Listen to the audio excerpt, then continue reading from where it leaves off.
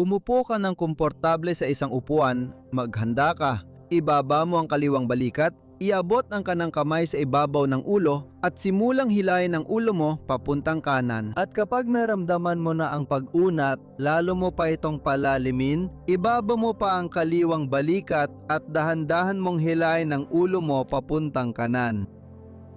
Panatilihing tuwid ang likod mo. At hilahin mo palalo hanggang sa kaya mo pa, hanggang sa ito ay isang kirot na katanggap-tanggap pa at kaya mo pang tiisin. Ilapit mo rin ng kaunti ang baba mo sa lalamunan.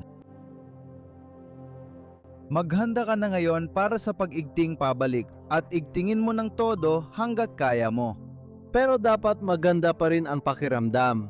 Igtingin ang ulo pa kaliwa, mag-relax ulit, ituloy ang pag-unat, igtingin ulit ang ulo pa kaliwa, unti-unting dagdagan, mag-relax, ituloy ang pag-unat. At isang pangatlong beses pa, hilahin ang ulo pa kaliwa, mag-relax ulit. At na yon, gagawin natin ito ng mas mabilis. Mag-igting ka. Iigting pa kaliwa, mag-relax, hilahin pa pakakanan at ulitin. Igting pa kaliwa, mag-relax, tuloy lang. Igting, relax, tuloy. Igting pa kaliwa, relax, tuloy. Igting, relax, tuloy. Mananatiling nakababa ang balikat, tuwid ang likod, igting, relax, tuloy. Igting pa kaliwa, relax, tuloy. At ngayon, pakawalan mo ang ulo at aktibo mong hilahin ito papuntang kanan. Hilahin mo, hilahin, papuntang kanan.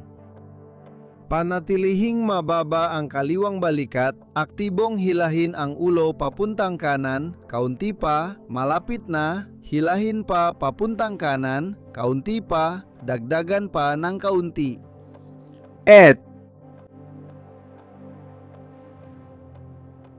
Dagdagan pa ng kunti at pagkatapos dahan-dahang bumalik. Likod. At bumalik sa normal na posisyon.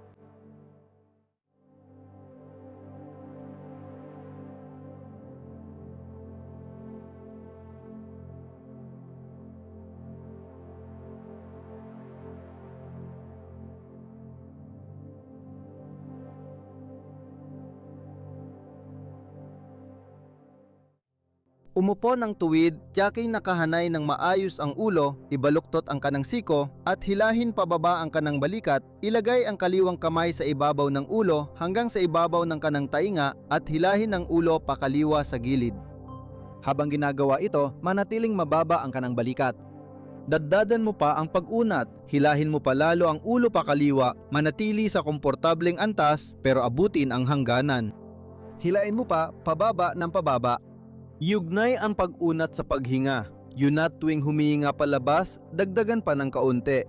Panatilihin mong mababa hanggat maari ang kanang balikat mo para maramdaman mo agad ang pag-unat. Dagdadan mo pa, hanapin mo ang pinakamagandang posisyon at na yon, idiin mo ang ulo mo pakanan. Idim mo pa pakanan, bitawan mo ang puwersa, hilahin mo pa pakaliwa. Ulitin mo, gusto ng ulo mong pumunta sa kanan.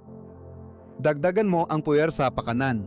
Itigil ang puwersa at yunat pa pakaliwa, manatiling mababa ang kanang balikat at ulitin mo, gusto ng ulo mong pumunta sa kanan pataas.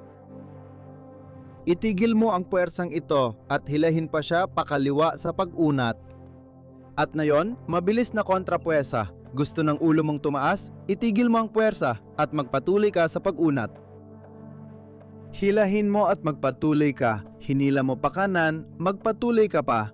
Hilahin mo, magpatuloy ka. Sa sarili mong bilis, laging maiikli at malalakas na pag-igting at dagdag pang pag-unat. Ipagpatuloy mo lang yan.